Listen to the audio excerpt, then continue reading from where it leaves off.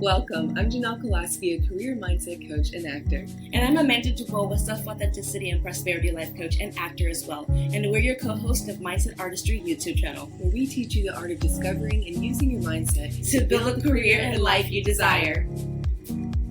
Welcome back to another episode of Mindset Artistry. And we have an amazing guest, Scott Freeman. A round of applause. I'm so excited. So let me tell you a bit about Scott. For over 30 years, the studio head Scott Freeman has taught at many of the nation's premier acting training programs and is recognized as one of the leading acting teachers in the country. Mr. Freeman was a member of the founding faculty of the Actors Center in New York City, where he taught throughout the 11 years of his existence. In addition, he's enjoyed a long association with the American Conservatory Theater in San Francisco as a core faculty member of its MFA program and a member of its acting company. He also serves as the founding head of the University of Minnesota Guthrie Theater Actor Training Program. He has also taught at the Rutgers University, NYU, SUNY Purchase, and the Atlantic Theater Company, as well as the Stella Adler School of Acting. Welcome, Scott Freeman. Yay! I'm so excited to have you on our episode today. So let's just dive right in. So tell us a bit about why and how you started the studio that both myself and Janel have been privileged of attending. Well, before I answer your question, I want to say thanks for that introduction, and I'm happy to be on the podcast and chat with you about anything, but specifically about the kind of work you do and the kind of work I do, and how there's a lot of overlap, in what your mission is and what my mission is. So just wanted to lay that out there. Which is a good segue to why and how I started the studio, because they are connected. I've been teaching for a long time already. I taught it a lot of us. You just laid out a lot of my resume there, all over the country, San Francisco and Minnesota and New York specifically. So I taught for a lot of organizations. I ran programs. I was on the faculty of them. I sometimes guest artist at them, but without any kind of criticism or disparagement, I found that I started to lose my desire, because the way things were administrated and the way things were, the aesthetics did not fit mine. That's not a criticism of them. That's just my own personal way of training actors and what interested me. I found that the money became so predominant that these institutions were scrambling to make it work. And so I found myself in classrooms with maybe actors that were too many actors or not enough time, or it was costing so much money. And I started to feel like I couldn't change any of that. Nor was it, wasn't my job to change that. My job was just to teach. So I got to a point where I thought, I want to start on my own.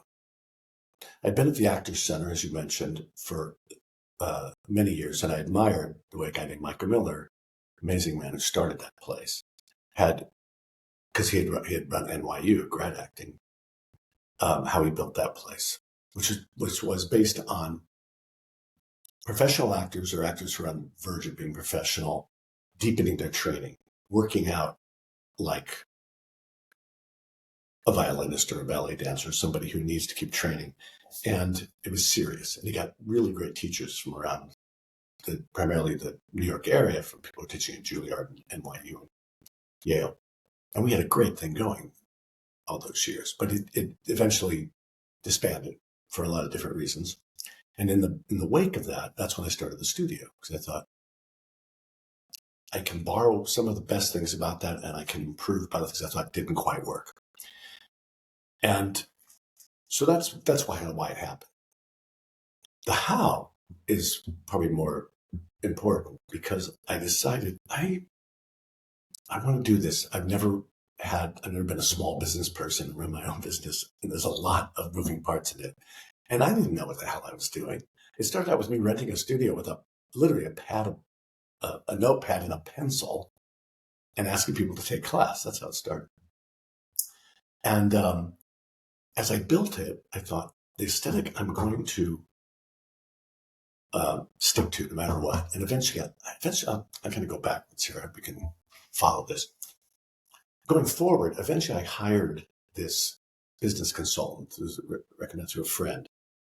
This was when I was deeper into building the studio, but it was expanding like mad. And I was scrambling, like, I don't know how to do this. I mean, it's getting ahead of me and I'm exhausted from teaching all day and trying to do this. I also had a new baby, and then eventually, a toddler. And that was a huge part of my life that I wasn't going to sacrifice my professional life to miss out on that. So I had this, almost classic work balance thing that I was dedicated to.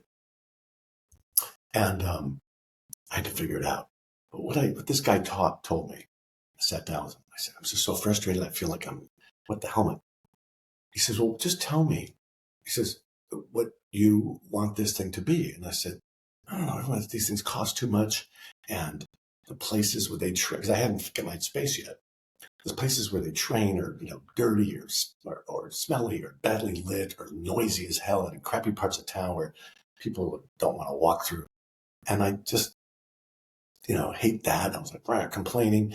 And the quality of the teachers, the quality of the students is always, because the bodies just kind of get shoved in there for money. And he said, stop. You're telling me all these things you don't want it to be. Get up, there's a whiteboard. He goes, get up and write all those down. He made a line. He says, on the left side, just write all those down. Like this, not like that. And he said, okay. Now on the other side, just write the opposite of every one of those things you just said.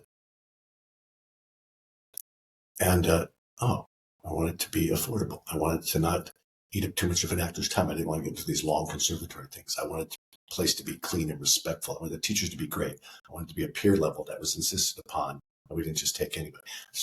I just wrote those down. I said, wow. And he said, that's your studio.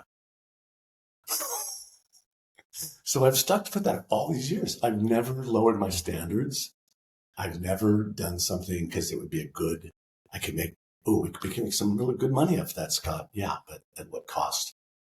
I will have lowered my reputation, and there'll be an actor who knows that the guy sitting next to him is only there because I'm trying to make money off. Can't do it. So that has been incredibly successful because word of mouth got out that this was a great place. And it's a great place to go to. The teachers are great. Everybody I hired, no crazy gurus, nobody doing it for any other reason but just to help actors. And it's worked. And it's awfully gratifying and fun that way because you're in a room with really cool people all day long. You are really cool people. I don't know if you haven't lowered your standards because you let me and Amanda in, but I'm going to say no. Well, I make exceptions. You do make exceptions sometimes. It's like a rough month. We need a little bit more cash. It's still I mean, pity does anything to it. Oh, but I appreciate your studio. I'm so grateful that it's just been over a month, but it's definitely what I was looking for. I wanted to be with my peers. People cared about the art of acting, the craft of acting, and not these casting director classes where I'm like, that's not about the acting. So, I don't know. I just wanted to be surrounded by people that wanted to go to the gym, as I said, and just like get their reps in and work. Because coming from a dance background and playing two instruments, right. You're saying it's just, you're always doing fundamentals or scales because that's the basics of everything. And you talk about the 10, is it 10 points? 10 something. Points, it's, yeah. And it's always a great reminder because, acting is not just talking. So why is training so essential for an actor, Scott? Well, you kind of just said it, Janel. The big answer is that any creative artist should stay fit. And that means not just acting, but going to see acting, observing, reading what's going on in the artistic life as well as the business life, to be current on all those things, to be current on what plays and movies and TV shows are being done, because that's food, and that's food for an actor. So that's the big reason to stay in shape. But the other answer is that you are growing. You're not done. We have actors, as you know, in our studio who are in their 70s. And they're thrilled. Maybe not 70s. I've had people in their 70s. I've got some in their 60s right now. And they're thrilled because they're figuring new things out, things they couldn't do before because they hadn't lived as much. They bring some personal wisdom to it. And you'd be foolish to think you had it. Okay, I'm trained. I got it. But some actors do think that, and then they get to a situation where, oops. Training is ups your average because you could be an amateur. You could be somebody who never trained in their life. You could be really successful and you could be really good. But every time you get a script, the chance that you're going to be able to hit it is not as high. When you have technique, you know what the hell you're doing. You could look at it and go, oh, I know what to do with this one. Because you practiced more, That's why it's important. It's important for the soul. Too. Definitely is for the soul. I think acting is rooted in the soul of storytelling. We are storytellers and there has to be soul to it. There has to be life to everything that we do. And if you don't know how to connect with that, and sometimes we kind of get lost and don't know how to connect with that because we're either disconnected with ourselves or with society or distracted. So it's always good to go back to training. I try to go back to training as often as I can and just to add stuff to my repertoire, and I call it my toolbox. I can just pull from anything because one thing doesn't work. So I have to try to figure out what does work and what can bring me into this character or connect with it in a way that feels real and authentic and grounded. So I love that. I'm curious, you talked about, building your studio, and I've had the privilege of working with, a couple of your teachers. You had Maria Desi, who I love. She's amazing. She's fantastic. Tell me a bit about how you went and approached the training to bring to the actors and really making it where it's universal, it's almost groundbreaking in its way, and then grounded in the work, and also something that you can take with you throughout your career, not just like, oh, it works for the moment. But it can build and become like a part of your toolbox. So tell me a bit about just how you expanded that, what went into it, and thinking about it from an actor's perspective as well as a teacher's perspective, and then incorporating the industry as it changes quite often. That's great because you just covered a lot of ground that is all connected, really. And I'll try to put it together for you.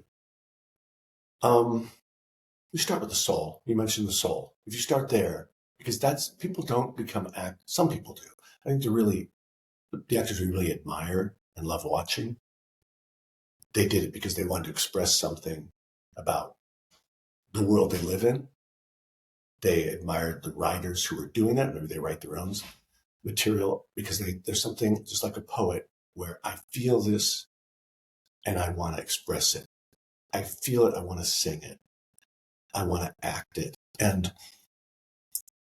that's why they use that's why they got it. Not just to show off or I think I'll be famous or I'll make a lot of money. Those obviously aren't the kind of actors that interest me to train.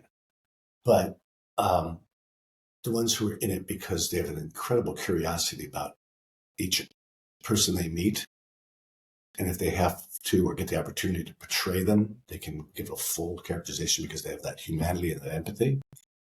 That never goes away. That should be your base. But you've got to train that. You've got to train that so that you're really good at it in order to convey those people, that feeling in those people.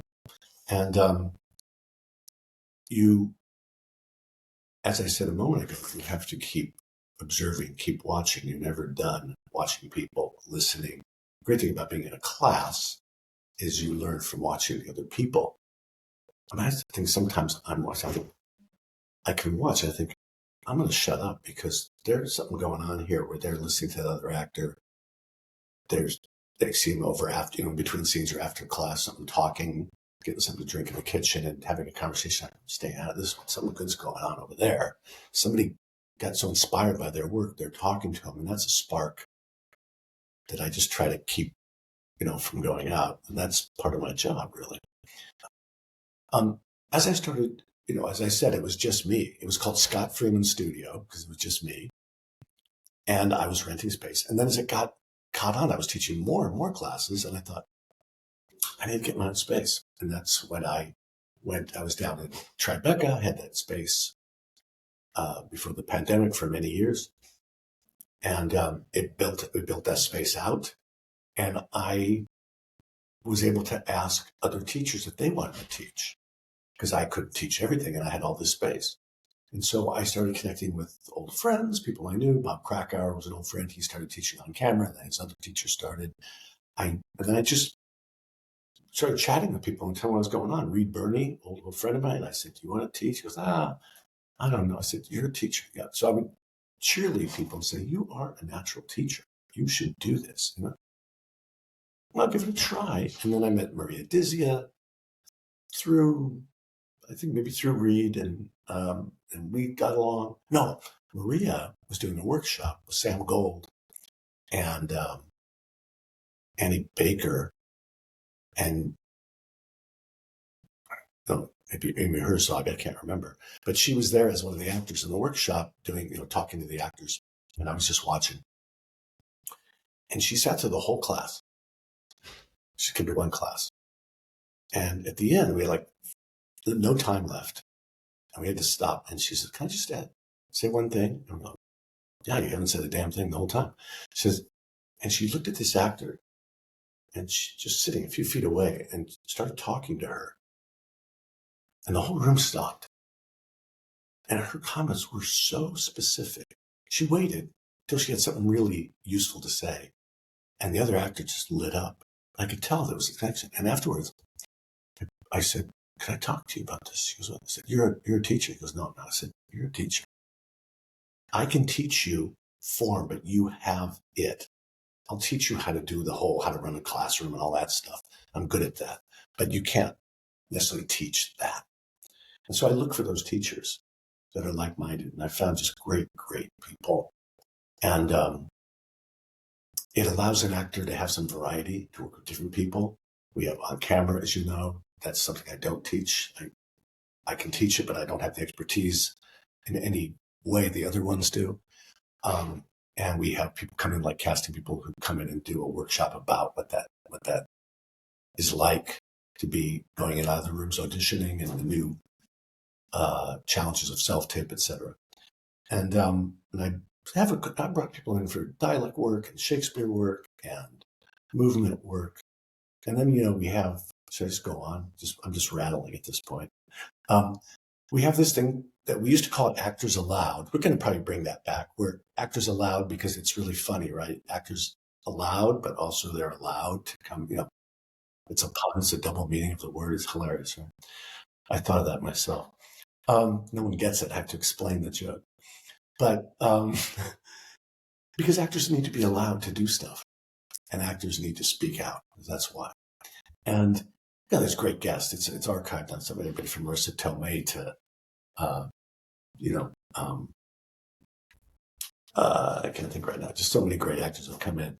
And that became over the pandemic. We went to this thing called Freeman Fridays so that people were going, stir crazy, cabin fever, and said, well, at least on Fridays we'll have this get together. I'll get somebody to come in and I'll chat with them on Zoom and bring your own beverage. And we just did that. And that was successful. So now we do something called Freeman Fridays, free events. Another bad joke, Freeman Fridays. And you went to one, you saw. No, Amanda went, and then for one Jen did. Yeah, I went, and then we brought, Jen on. Jen Jacob. Oh, that's She was on our podcast episode. You had Jen, yes. Yes. Yeah. Pap, who was the, right there at the beginning of the public theater with Joe Pap. Amazing event we had a couple weeks ago. We have one with Panish Sheely's going to do something about how do you market yourself with social media. That's really helpful. Fellow actor. Bob Krakauer is going to do one for us later in May. And we have other people just lined up. They're going to do these events where I just interview and we chat. There's free wine and beverages and we hang out. And they're great because people get a chance to be out of their apartments out of their usual and just meet all these new people, see old friends. It makes me so happy to see people jamming. And we'll do a lot more of those. So it's all those things, Amanda, make the place what I want to make it. And we're not done. We're going to keep building this. That you just look at the website, you get the newsletter, and go, what's going on over there? Oh, I'll just pop by. There's some interesting event. We'll eventually have a performance where we can do some things to perform, and we'll just keep it moving. Yeah. Yeah. And it's nice to get together in person, because the online, we had to do so many online classes, and it got to be very old. And when you said the allowed actor, is that like, okay. No, but speaking to that, I was just talking to an agent in LA earlier today, and I was saying how my self-tapes have gotten a lot better because I allow myself to act and just go full out. And obviously there's technique. But I don't know, I studied with Barbara Marchant, which Scott, you know her. And she's like, just let it all out, like really live it out. And then you can pull it back. But she's like, how can you really find anything if the theater actors told, oh, you have to be so small, and it just takes all the fun out of it. And it might be you look crazy, but then you can always bring it back in. So I would love if you would talk about that, because so many actors they want to do it right, and No, that ruins it. that event you had with Jen, that we had with Jen Jacob, we did it twice actually. She and her manager Corey Wayne, who's also amazing, and she said that at that event, that the best thing you can do is act. You know what to do, and not try to fashion it and try to give them what they want, because they don't know what they want until they see it. And all these rules about how to do it can kind of cripple an actor. So the great thing about the self-tape, you can do many tapes and go, that was too much, but at least I found out what I was afraid of going too far, and then you can pull it back. I always, in class, I always say that. Don't edit yourself ahead of time. That comes later. But first, you just put it all out there, and then you trim. Yeah, that's, your mindset artistry aesthetic is similar to that. It's about empowering yourself in any profession, but empowering yourself to do your best.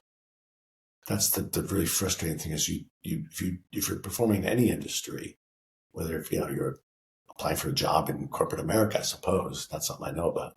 But if you blow the interview because you knew you could have done better, you knew you could ace that interview, and you beat yourself up. But it's the same principle as acting, where you go, I really blew that audition, or I was terrible on set in that take.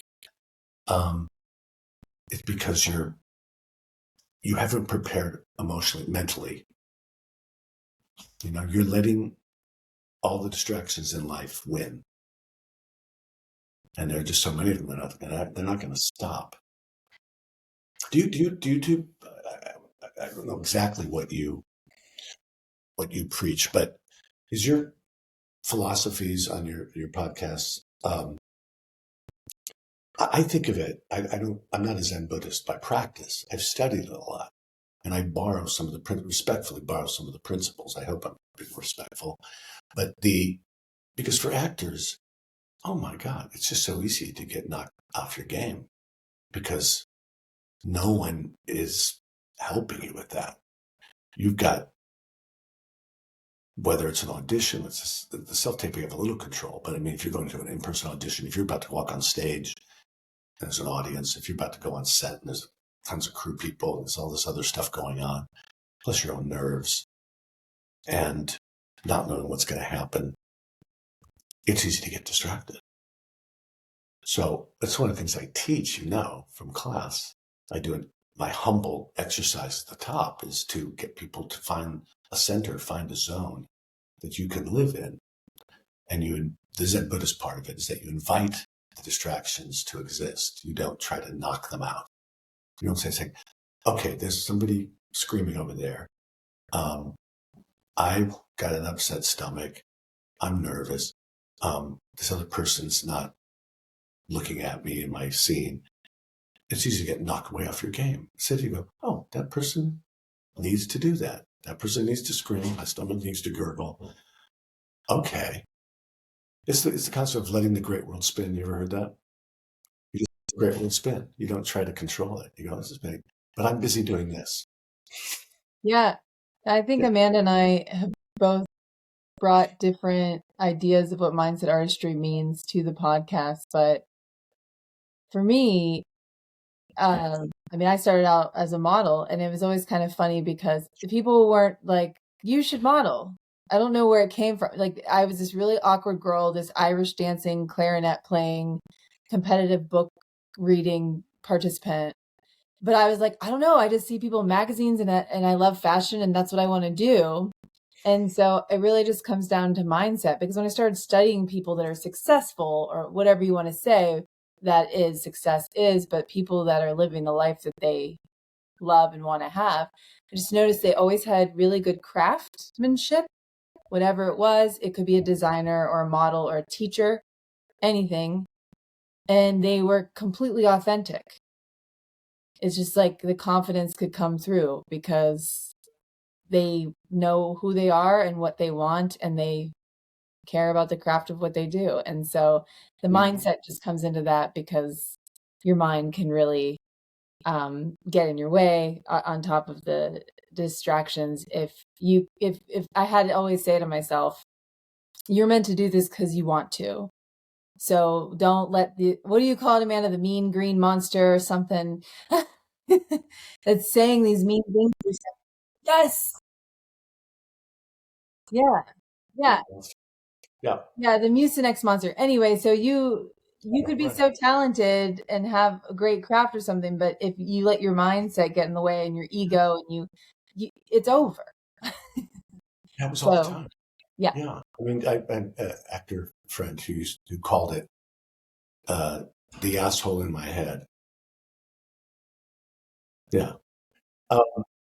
So I love what you just said. I probably borrow it or steal it or both, Janelle, because I strongly I don't just believe it. I've witnessed it, that for longevity in any profession, whether you're a plumber or you make shoes or you're a creative artist, like an actor or a writer, painter, you have to have technique. You have to have craft. You want pride of craft. Otherwise, you're just hoping you get lucky. And it feels good. It feels good that you've actually worked at something, practiced it, failed, figured it out, learned from it. It's exciting. And then you get good, whether it is playing the flute or Irish dancing or modeling or acting, all those things you do. And weren't you in corporate America, or weren't you in legal or law enforcement? Law enforcement. No, which one? I was in the corporate world. So I worked in human resources or talent acquisition and got my degree in forensic psychology. So yes, right. So I'm that person that didn't know I wanted to be an actor, and it kind of, I always wanted to, but I didn't think it was accessible to me, is what I say. Is that as a kid, imagine the world of watching cartoons and the TV and the movies. And it's like, oh my gosh, that's so amazing. But I never thought it was possible for me because I didn't have any examples around me. So to me, it was unattainable. It was inaccessible for me. And it didn't reach me until I was in college. And someone told me about background work. And that's kind of how the seed flourished within me. And I was like, oh, it is accessible to me now. It always has been. I just didn't know how to get into the industry.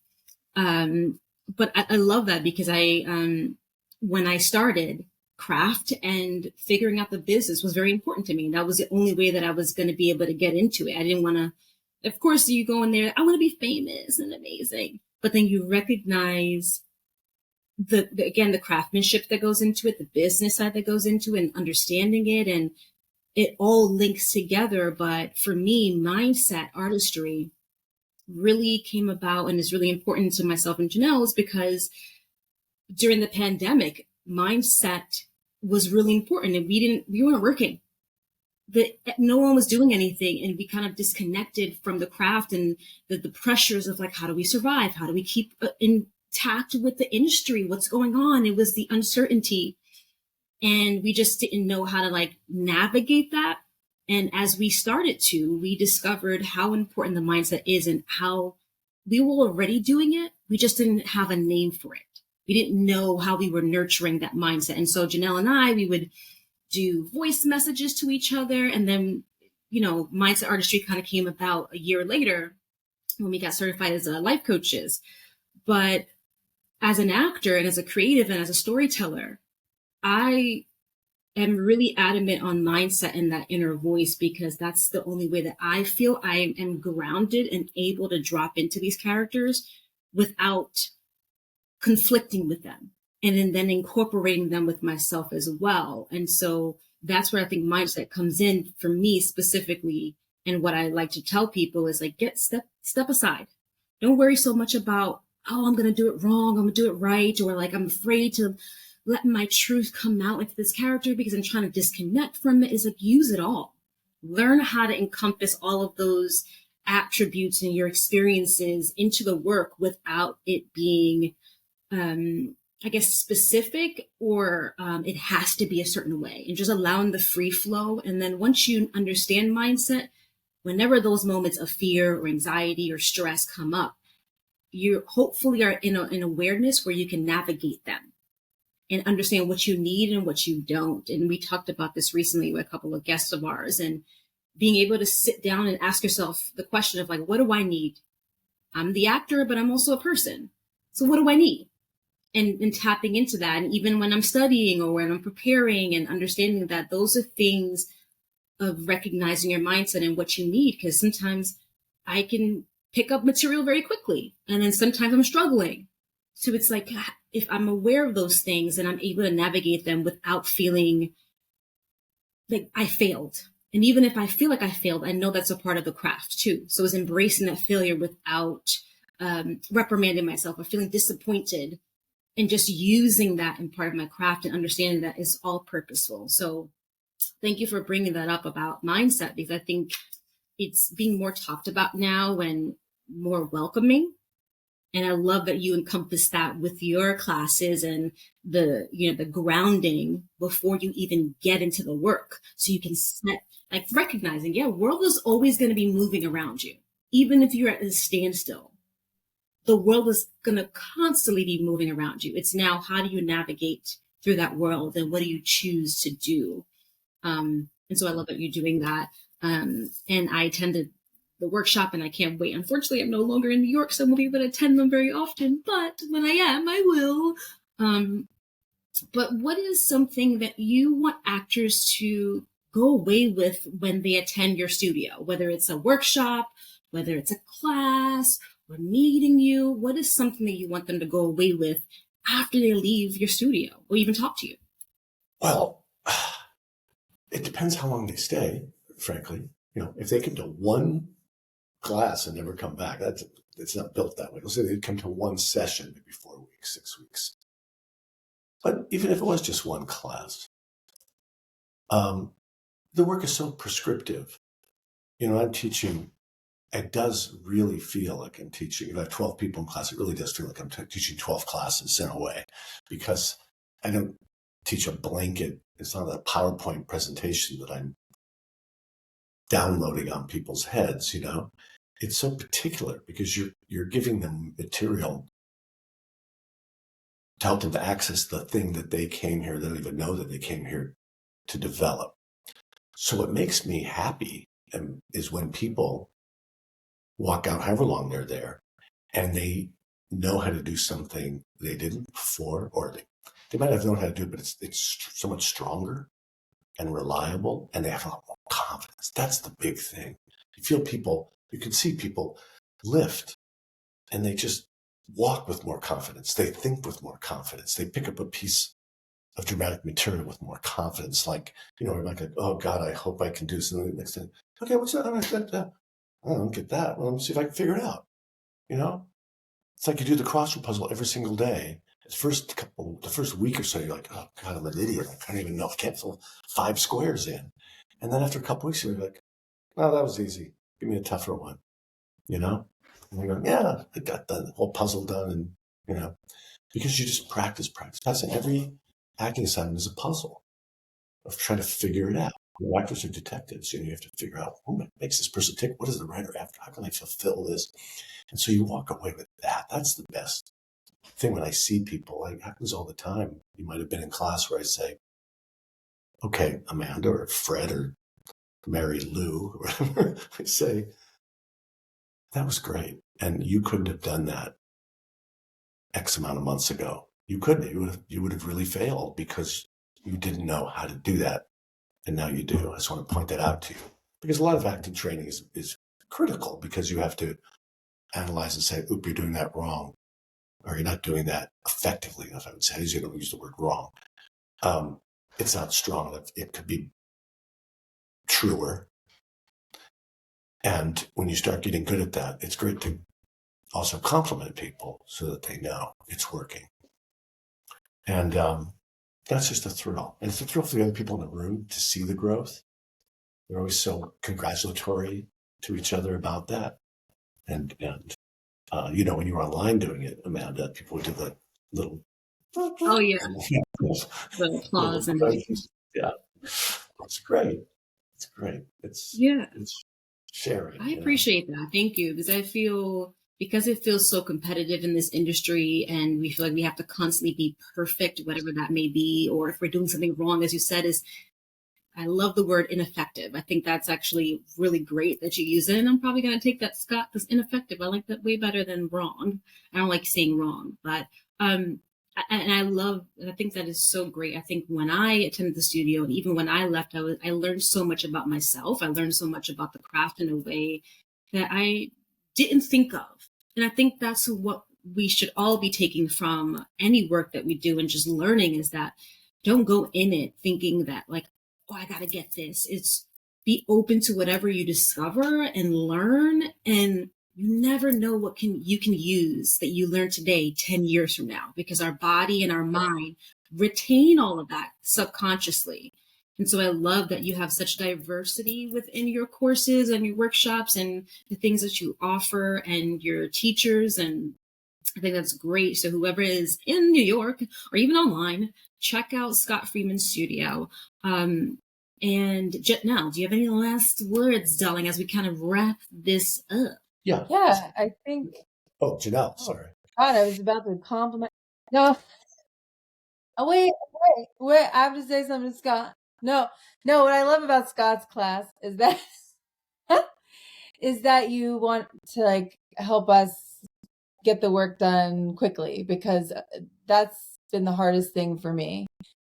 I'm a very empathetic person when I'm not, pulling people's chains, and I'm very curious, and I minored in psychology, and it's not always too hard for me to try to see someone's perspective, even if it's so different from mine. And maybe because I grew up with my dad's a journalist and he was always like, there's two sides. He's like, it's good to try to understand both.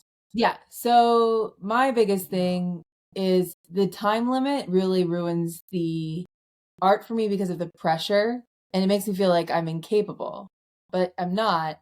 So that's what I appreciate about your class. It does make it like more and more comfortable, because then I can become very frustrated. I'm like, oh, I'm not good enough to do this. I'm not meant to do this. Oh, why can't I figure this out? And the more you look at it like clay or like dance or music, and, I was like, all right, I just got to get the reps in. So that's what I've gotten out of your class, because I'm getting more auditions and they're becoming easier because I'm not so intimidated by them. Well, we're just animals. We're animals. Humans just another animal. But the difference is we have the opposable thumb. We can walk upright. We have this amazing brain power. And we shouldn't squander that. But the big thing we have is a heart that can feel for other people, and we can recognize that. We can make choices. And that's something that we're lucky to have that. We should use it to help each other. I mean, life's crazy out there. We only have each other. That's a beautiful agenda, and that's a great way to end this. I think it just reminds us to be human. At the end of the day, humanity exists, and we have to look at each other. And I love that you said that. I think as I got, I'm going to say older, mature, and more experienced, is I get to recognize that all the characters that I've played, anybody who I have crossed paths with, that could have been my story. Anything they go through or had went through, that could have been my story. And I'm also curious. I think that there's this aspect that actors have to maintain is be curious. Just be curious in your art and and it's like, why? Okay, how? When? Ask those questions when creating and never judge them, because you really don't know what circumstances put them in that place. And I love that you shared that and reminding us to be human, to be nice, to be kind. And yeah, I think we tend to forget that because we're so consumed by society and all the things and the chaos and everything that's going on that we get distracted. At the end of the day, we're all human. We're all trying to do our best. Thanks for asking, both of you. Thanks for asking me to do this. Yeah, you can find more information, obviously, just to plug the studio, like you already have, the website, but especially our Instagram feed is really active. That's probably the best way to get information on what's current. But it's just great to see you two and talk with you. And if I'm in LA, which I do get to, I'll have to look you up. See how Yes, please come visit. I'm not too out of reach of New York, but I'll be here for a while. So, but I appreciate that. And thank you again. And we'll drop all your info on the comments and where to find you and all the upcoming events. So thank you so much, and we'll see you next time. What are your thoughts about this episode? Drop it in the comments and let us know what you want to dive into next. Subscribe, like, share, and click the link below to book a free consultation. And We'll see you next time.